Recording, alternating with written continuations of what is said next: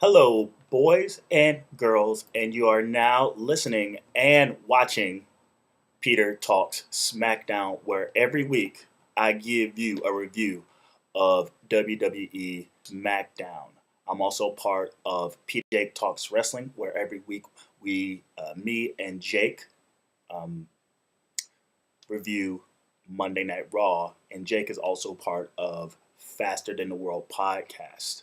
Be sure to check that out on the YouTube page. They're very short. It's just a review of NXT. And then we also have the pilot of Dang, We Love Divas, which is uh, right now just one because it's the season finale. That's Alexa. What up, Alexa? But yeah, thanks for checking out this review of SmackDown and check out everything else.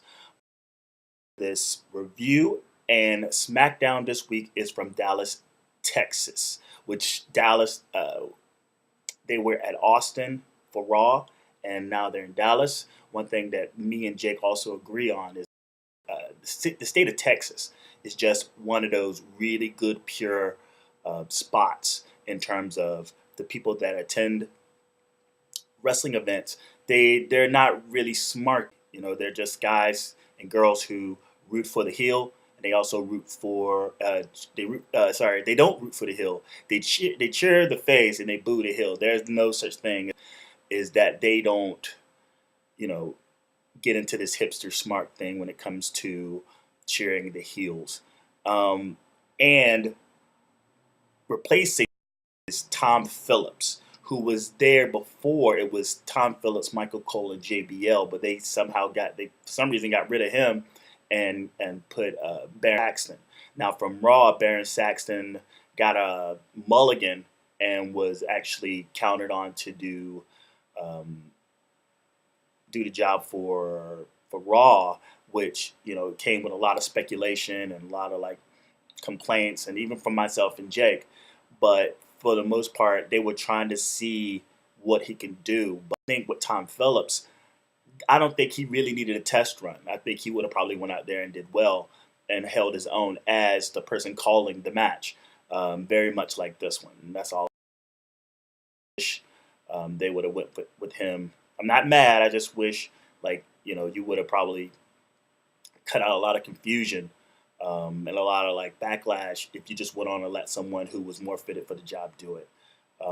But we go into the first segment where Daniel Bryan's out, and he's sporting his patch of the 8 stitches from last week, and he speaks on the ladder match, and then he talks about that ladder match was quote unquote the biggest moment of his career. Dude, they're really sending him down the rabbit hole of forgetting about last year's WrestleMania, because that is his moment. I mean, I don't care how they script it or how they want to revision his history and all, but like, no, beating Triple H, beating Batista, and beating Randy Orton for the WWE World Heavyweight Championship is the biggest moment in his career. So, but they gotta big up the IC belt, and it's I can understand that. But he shoots on Sheamus, and he talks about what he did in that match, and then he starts to shoot on Barrett. But by the time he could actually get out what he says, Barrett comes out, and then he speaks about how he hit him with a bullhammer, and then Sheamus comes out and talks about how they normally don't get along, or him and Barrett. Sheamus and Barrett don't get along or don't see eye to eye on things, but they see eye to eye on the idea of these smaller wrestlers trying to make their way into the main roster and going after the WWE belt. Again, I don't understand the sentiments of this because you're talking about the NXT guys, quote unquote, NXT guys that are coming in that are sure, and those are Triple H's guys. Now, I don't know the relationship between Triple H and Vince McMahon. I mean, I imagine it's like it's day and night between those two, and where they see eye and where they don't see eye to eye, especially when talking about bringing up talent from NXT. We're gonna have this problem. Say take what they did with Neville and Rollins on Monday, and now this storyline with basically Sheamus running down all the smaller guys. Um, I hope this isn't like something they're just going to stick with for the long term. At some point, they're going to have to let that go. Um, but for now, we got this story, and as they finish up, what the hell they were talking about, they approach the ring as if they're going to attack Daniel Bryan, and then Ziggler shows up for the equalizer, and then Big Show comes out, and he's awesome, like out of these pipsqueaks as well. And then when heating up some little guys, and you're not thinking that I'm not going to take part, you're sadly mistaken. Comes out as the second equalizer to this, and a quick brawl, very quick brawl. You're looking at a possible. I was surprised Teddy Long didn't come out as like so blah blah blah blah, but you basically know that there's going to be a 6-man tag, and the next segment, who I call the Marksman. I mean, again, they still don't have a tag team name, but between Tyson Kidd and Cesaro, I call them the Marksmen because for the most part, love these guys. So they at least they got matching trunks now. But it's the Marksmen, Kidd and Cesaro versus and Kofi Kingston and Big E. The New Day, they basically confront the crowd, which is weird because they are faces. But I think what's happening is I think it's in the best interest of very much like Daniel Bryan being in the main event. That rather than say something as oh, I want Daniel Bryan to be all these things and be all merciful, I think it's in the same vein with this New Day gimmick. It's a bad gimmick, and the more we boo, I like to think that we actually respect Big E, Xavier Wood, and especially Kofi Kingston, who is a proven veteran within the WWE. But as we're booing the New Day, we're not booing them as workers or as wrestlers or as characters. We're booing them because their gimmick is horrible, and we expect better.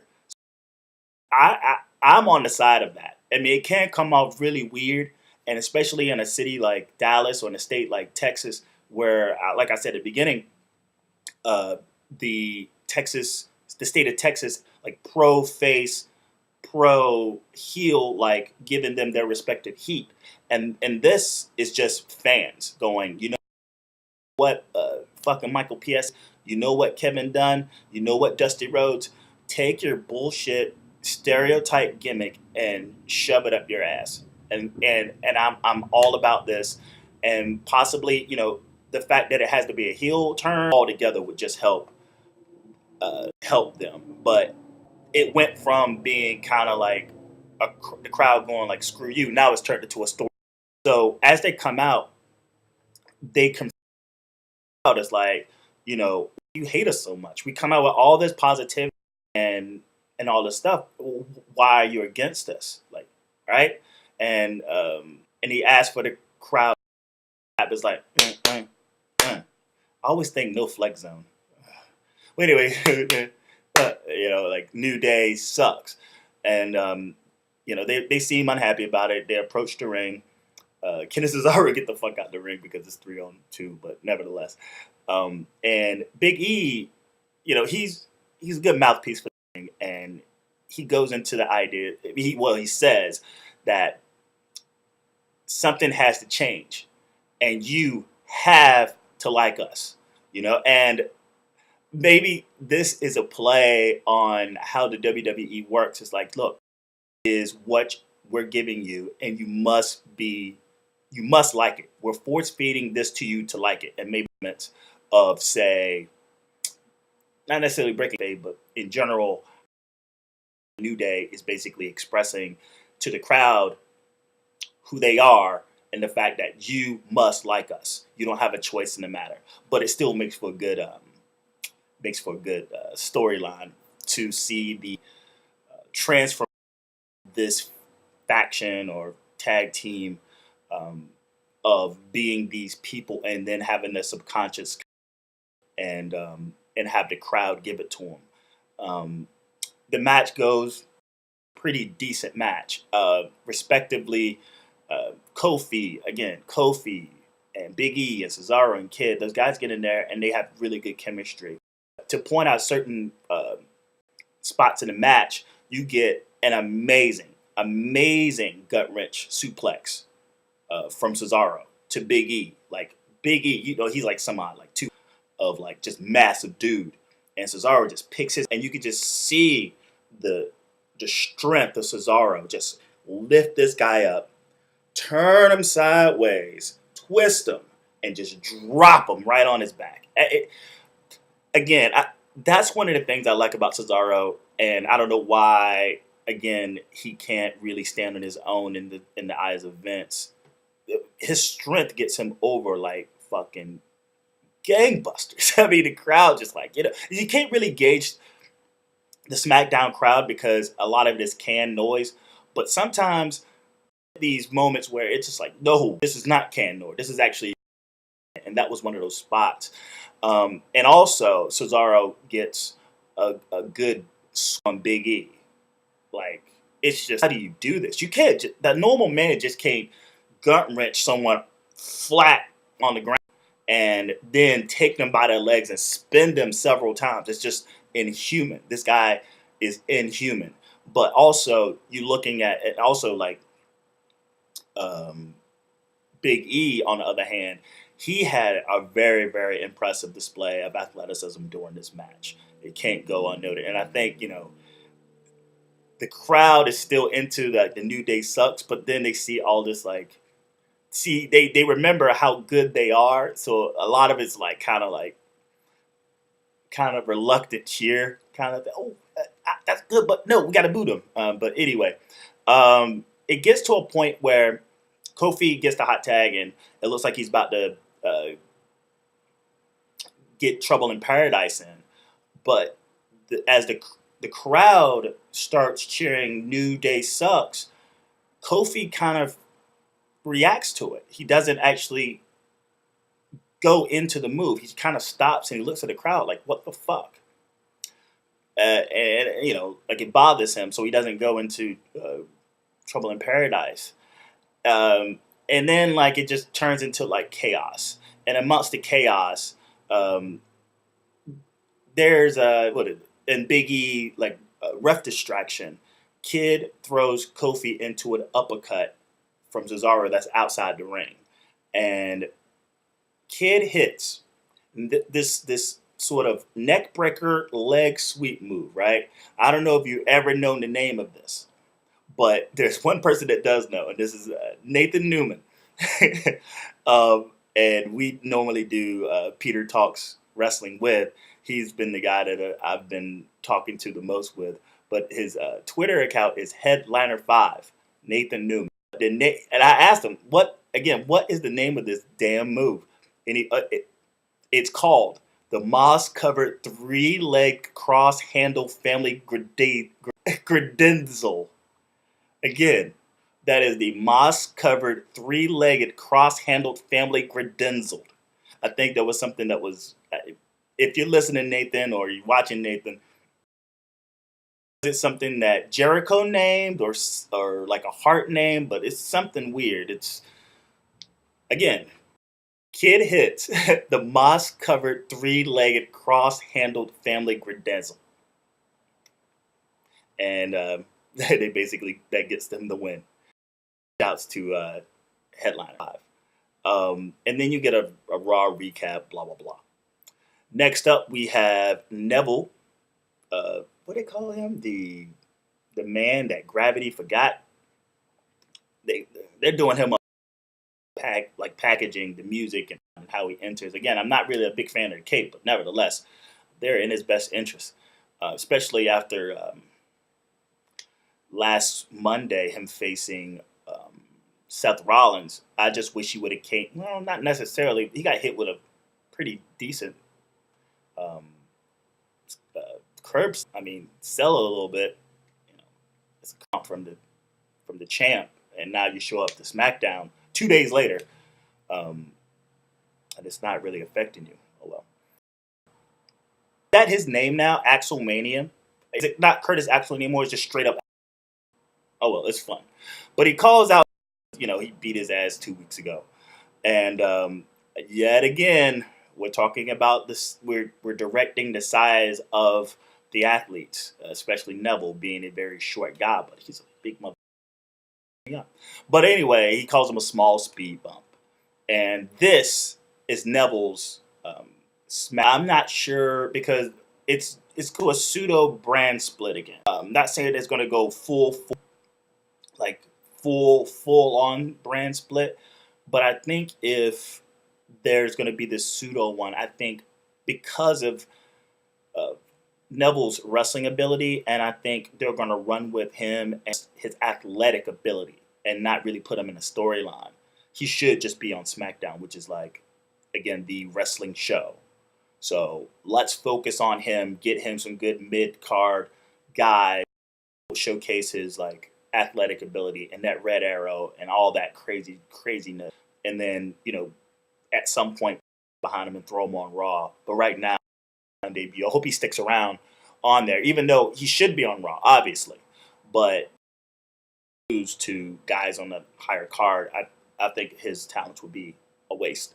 But it's a pretty decent match. He still gets. It's almost like watching the match he had with Axel 2 weeks ago, and Neville hits that red arrow. Red arrow. Try to say that 3 times fast. Red arrow. Red arrow. He hits that fucking red arrow, and it's just so impressive. I mean, if you watch it, maybe you're so used to it, but I don't care. You can watch that thing a billion times, and I can, and it's still got to be one of the most impressive ever from on the card ever. In terms of like high flying like abilities, that red arrow wins. It fucking wins. So we'll see what happens to continue his career. And again, Axelmania just kills it. And up next, we have Cameron, Alicia Fox, and Natty in the back with Renee Young. And basically the topic action is them manipulating Kane to get into the Battle Royal. And they all kind of gripe. It starts off them talking, but they start to gripe at each other, which almost tangle between Natalya and Cameron tries to play peacemaker, but then the refs come in and break it up. And that leads to the next segment being Natalya versus Alicia Fox and Cameron as special referee. And it's a good match back and forth. People don't really realize how good Alicia Fox is. She is by far, well, next to Cameron. I put Cameron and Alicia Fox side by side, and Natty as 3 women that can really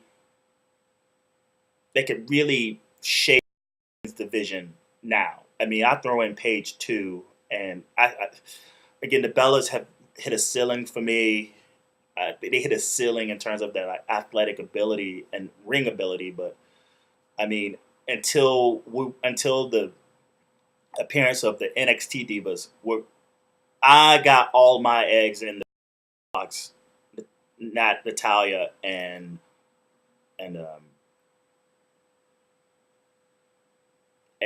fuck, I hate when that happens.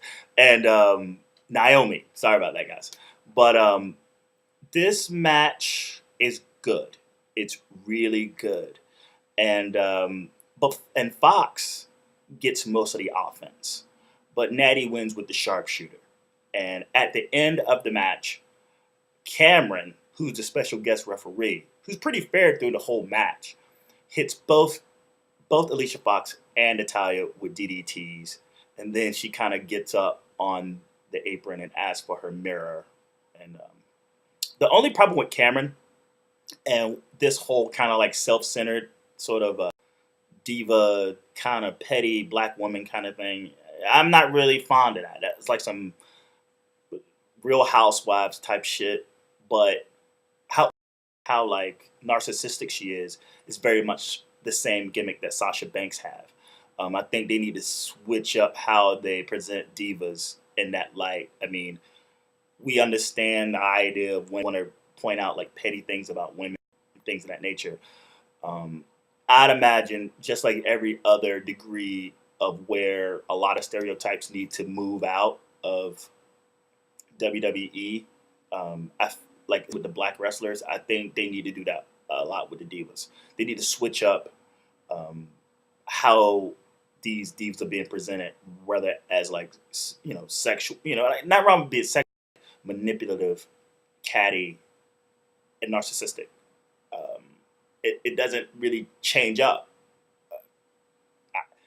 At some point, something has to change. Um, Part of this give thing, you got to switch up the storyline, like anything listed in terms of how the divas always get sort of marginalized into looking, especially the black women, because between Alicia Fox and now Cameron, it's this thing. I mean, I'm glad that Naomi had to go through that. She's just a female wrestler, but oh well. We are dealing with Dusty Rhodes and fucking Michael P.S. Hayes. And then after that, we get a rolling package of Bray Wyatt. They sort of redo the package, the vignette of Rowan getting set free, which is being, we don't really know why. I mean, I guess Bray Wyatt did a promo calling someone out, and possibly that's maybe who he was pointing out. And I don't know if he's just going to sort of go after Rowan and then go after Harper or what have you. Clean it up. Clean it up. And what's pretty funny is, you know how they do the WWE Did You Know? But this SmackDown, this Did You Know was about how the WWE was the Monday Night Raw on Monday was the number one rated cable show. And because, okay, I guess you're going up against cable guys, but when you got AMC, uh, which is a satellite channel, and then you have this CBS, which is sort of a free channel. Yeah, okay, you did well in the cable, but just overall between Paul Saul opening night and for baseball, a men's basketball final. I mean, those guys destroyed you. And now you want to bring up this fact that like cable, you were the number one rated cable show. I just go, well, I guess get in where you fit in, get your accolades where you can get them, but and it I just thought. So next we have Rowan versus Bray Wyatt. Eric Rowan versus Bray Wyatt. Honestly, I thought he was done. Haven't seen him in a while. I guess he showed up in the memorial, the Andre the Giant Memorial Battle Royal. But other than that, I was like, if you listen to past three Peter and Jake Talks Wrestling, I'm like, dude, this dude is done. Why they keep him is beyond me. They got nothing for him. They had a chance with him when he actually turned face and turned on Harper and joined the anti-authority group led by Cena. And in TLC and S, he was in the stairs match and he got pinned with the stairs by the Big Show. And I just knew right then and there. They said, all right, fuck this guy. And I never took him serious since. They should have gave him the win. And now he's just been getting his ass handed to him. And they haven't done much. They've been trying to do stories with him, but just they had their chance to do something with that guy, and they failed. And now he has to face Bray Wyatt, and maybe that's the nail in the coffin. But he shoots on how Bray Wyatt shoots before the match, shoots on how he found him, and during his speech, and this is what's amazing about Bray Wyatt, is that he's so captivating when he speaks. You got a couple of idiots in the crowd trying to shout what, what, and they were pathetic. And then they tried, and then after a while, Bray Wyatt's charisma just overpowered it. So he just sort of dusted off and kept it moving. Um, but as he's talking about tonight, I destroy Rowan. And if I can do this to a guy that I saw as my brother, imagine who I could actually do it to. I mean, I basically saying that I'm so evil that I take out someone that I consider close to me. Um, and I just go like, well, dude, win the big one, and then we'll worry about who you can beat because obviously you haven't did nothing. I mean, granted, I love Bray Wyatt. I think he's an amazing talent, and but for some reason the WWE just refused to run with this guy and give him the big matches. So it's not my fault. I'm just addressing it. So, well, anyway, um, the match is what it is. Rowan is just he's just in the ring, and it looks like he's trying to put up somewhat of a fight. But Bray Wyatt is Bray Wyatt, and he's amazing in ring talent. But there's a part where I think he suckers Rowan to the outside. He kind of rolls outside, and Rowan is about to just run. He runs the corner, and he's about to take out Bray Wyatt. But Bray Wyatt just hits him with one of the most devastating clotheslines I've seen him do to date. Like he just, I mean, just the immovable object versus the unstoppable force, and the aftermath was Rowan being decimated by a clothesline. And it's funny because whenever Bray hits a clothesline or anyone gets a really good clothesline, you hear a pop from JBL. And JBL, I think he was just astonished. I think he said something, but for the most part, he couldn't really describe how intense that was. But boom. But after that, he rolls his ass in the ring, hits him with the Sister Abigail, and he gets the victory. And then afterwards, he pulls Rowan to his lap, and he's stroking him and laughing. And I'm like, well, where do we go with this? Did he destroy him? Is that like, all right, peace, Rowan. I'm off to face someone else? Or is this going to be the gathering of the Wyatt family again? One can only guess. But him stroking his head, we don't know. It looked like he's not done, or maybe he's clean it up. WWE, clean it up. Just all I ask. And then we get a Raw recap of the Miz versus Mizdow match, which leads to Miz TV. And Miz TV is nothing more than a promotion for the Marine 4. And he's sitting talking about how it's his movie, and they show a preview of it, and not really much to it. But it's the Miz, and he has a gun, and he's a Marine, and it's the 4th movie.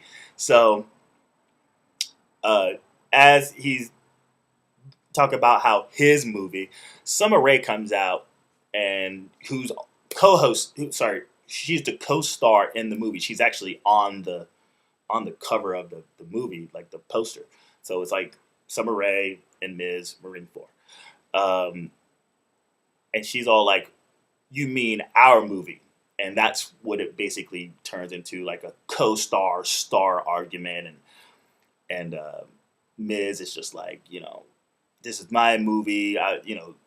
What you got was an opportunity to be in the same movie with me, and that like this is all part of give Divas a chance. I gave you a chance to be in a movie with me. And as a comeback, Ray brings up how Miz got eliminated by Mizdow. And then he gets pissed and starts shooting on Mizdow. And do you know the history of Mizdow or Damien Sandow? That he actually got fired. He actually got fired twice. And I gave him a chance, and now he's turning his back on me, blah, blah, blah, this, that, and the other. Almost like a real shoot. I mean, I don't remember hearing anything in the dirt sheets about Damien Sandow getting fired. Maybe I need to do some research. But if you're listening and know of anything like this, hit me up. Be like, yo, show me some articles or something about Miz being deactivated or him violating something and being fired and blah, blah, blah. So Mizdow comes out. He enters the ring, and he doesn't say much of anything. It's just that Miz, he's kind of talking him down as he comes out. And he's willing to kind of crush all of it. He's willing to just say, "Hey, let bygones be bygones. I'll forget anything, any and everything ever happened. You just have to say I'm sorry and shake his hand." And Mizdow being Mizdow because he's good, whatever. He when you think that the Miz is actually about to get an apology, Mizdow shakes his hand, shakes it, and he goes, "I'm sorry, I'm sorry, I'm sorry, I'm sorry," and dot dot dot. "I'm sorry I didn't do this sooner," and he punches the Miz, and Miz escapes, and then ladies man Dow, he just bucks up and just puts one right on Summer Rae's lips, and this is like, dude, this is like his moment. He's like, may as well like go all out. He grabs Summer Rae, he kisses her, and then she's all like smitten by his kiss, like, oh my god, like, hey. And then he walks out, chest all out. He sees these two girls by the barricade. He just kind of leans up against the barricade, like what, like what's really good. And these two girls are like just kissing on his cheek and neck. So ladies man Mizdow. I mean, it's such a fun thing. Him and the storyline. Again, kudos to the WWE for really developing in this story. I'm not sure how long. Maybe Extreme Rules will be the big payoff, but they did fight Monday, and Miz did get the win. The payoff was to see Mizdow sort of break away. I wonder what even more the payoff can be afterwards, after they like completely sever ties, and what they do with Mizdow. Because whatever, the Miz is going to always be the Miz, and they're going to always have something for him to do because he is a good ring performer. He does have good mic skills, and you know what? He's probably the best heel in the company. Like seriously, he's been the number one heel in that company for quite some time. Like a guy you just want to punch in the face, just bam, like you fucking frog face nerd punk jerk, you know. So they're gonna always keep him around just for that in general. And plus, I think Vince is just really high on him because he has the MTV thing connected to him, or he wouldn't be in all these different projects, especially acting. So he's always gonna have a place with the company and a place on the card, whether it's on the high, the top card or the mid card or the low card, whatever. Miz is a company man; he'd do what the fuck ever. As for Mizdow, Sandow, we'll see what happens when he becomes Sandow again. I just hope that the momentum from this can really, kind of roll into something really good for him. But we get to our main event, and it's Wade Barrett, which they still call Bad News Barrett. Oh, well, I call him Wade. I think Wade Barrett.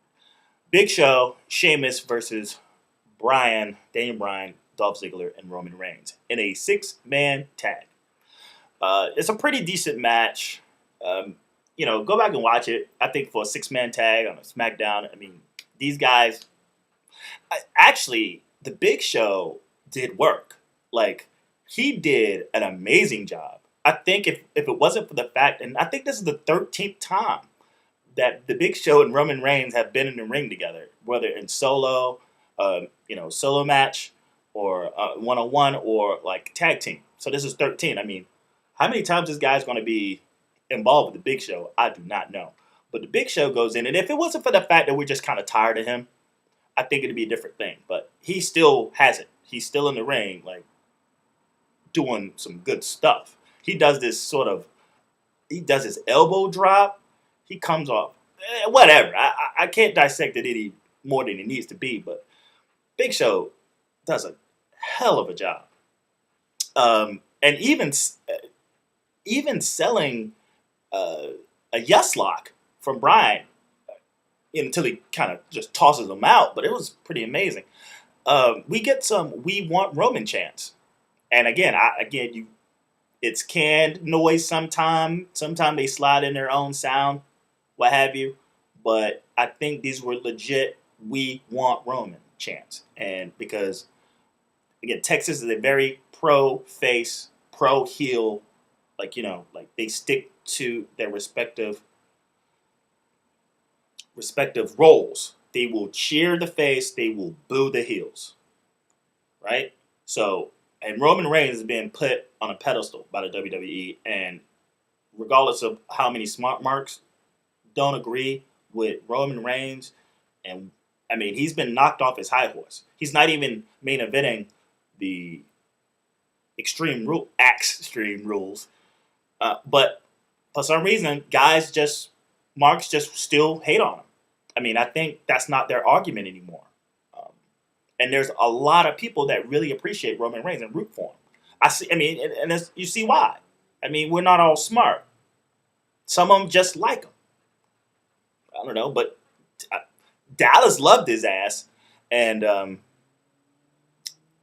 he finally gets in, and he hits. He finally gets the hot tag, and he does work, and he finally hits the Big Show with the Superman punch that Big Show doesn't eat.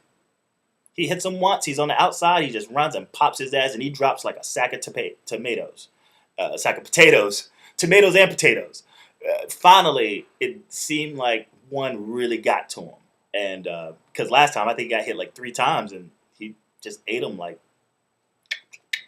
feed me more, and